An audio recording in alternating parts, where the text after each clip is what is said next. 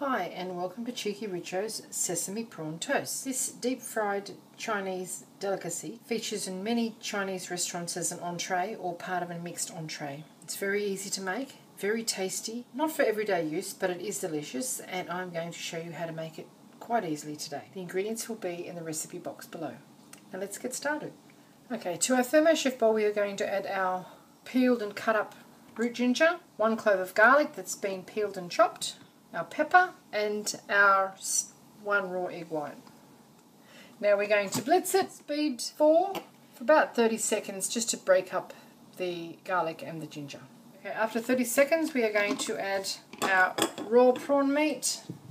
It's been shelled, tailed and deveined, our glutinous rice flour, spring onions, just been chopped roughly, and our sesame oil, and a good pinch of veggie salt. Now, speed 3 for about 1 minute until it's a sticky paste.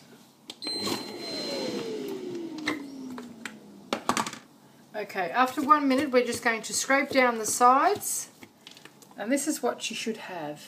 It's quite puggy. There's still some larger chunks of the spring onions in there because we haven't blitzed it into oblivion. That's what it's going to look like. Now we're just going to get 6 slices of just normal white bread and divide our mixture evenly between the 6 pieces of bread. Then we're going to spread it out right to the very edges of it, press it into the bread, and then dip it into a flat, large plate, dinner plate, bread and butter plate, whatever you happen to have, pie plate, and we're going to press it prawn side down into the sesame seeds until they are well coated. So just get your prawn mixture like so, right to the very outside edges. Now we're going to serve this with the cheekyricho sweet plum chili sauce, which appears in another video, but you could use sweet chili sauce, you could use just a dipping sauce, just regular soy sauce, or nothing at all. They're quite nice the way they are. So spread it right to the outer edges in all of them. Just press it in. Now I dare say if you had this in a Chinese restaurant, the thickness of the coating would be nowhere near as much as this. You're doing it for taste, not to make money. So there's a bit much on that one. We'll put him on another one. Just spread it right to the very outside edges. Try and keep it as evenly as you can. This is going to be delightful. Right to the outside edges. Rob a bit off there, it's a little bit on the thin side. So you're going to have the ginger, the garlic, the sesame oil, which is only going to enhance the existing sesame seeds that when toasted are really quite delicious. While that's happening, we're going to turn our deep fryer on to 180 degrees to preheat. Okay.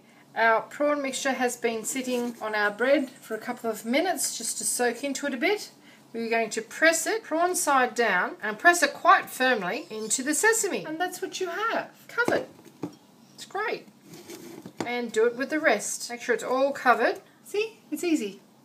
Okay, our sesame toasts have been prawned up and coated with sesame seeds, and now we're just going to cut them into halves crosswise like so. If it interferes with the sesames too much, don't worry, just pop them back into your remaining sesames just to sort the edges and put them to one side. You may find that if you put your knife straight in like so and then pinch it around the blade, keep your fingers away from the leading edge, and then just pull it through, the bread will actually clean the knife to a certain extent and it won't drag your sesame seeds too far. And then just dip them, the cut edges, like so, back into the spare sesame seeds. Every portion of the toast has an opportunity to come into contact with the sesame seeds. So push a knife in, pinch it like so, and draw it through.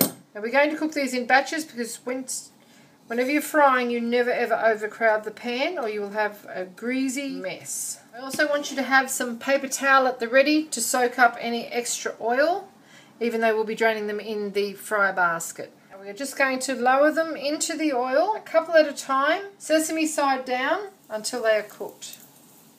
Okay, after about 1.5 minutes on each side, we're going to lift the basket up, stand them on their end and allow them to drain the excess oil back into the basket. Then we're going to drain them well on paper towel and continue cooking the balance.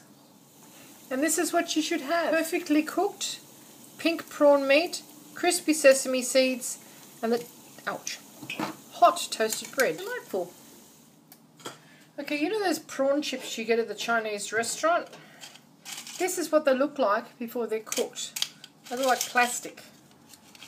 Apparently they contain prawn. They appear to contain colouring of some sort. But when you put them into hot oil, you can't do too many at a time, this is what happens to them. They puff up. And as soon as they puff up, they're cooked. Shake. And there you have it.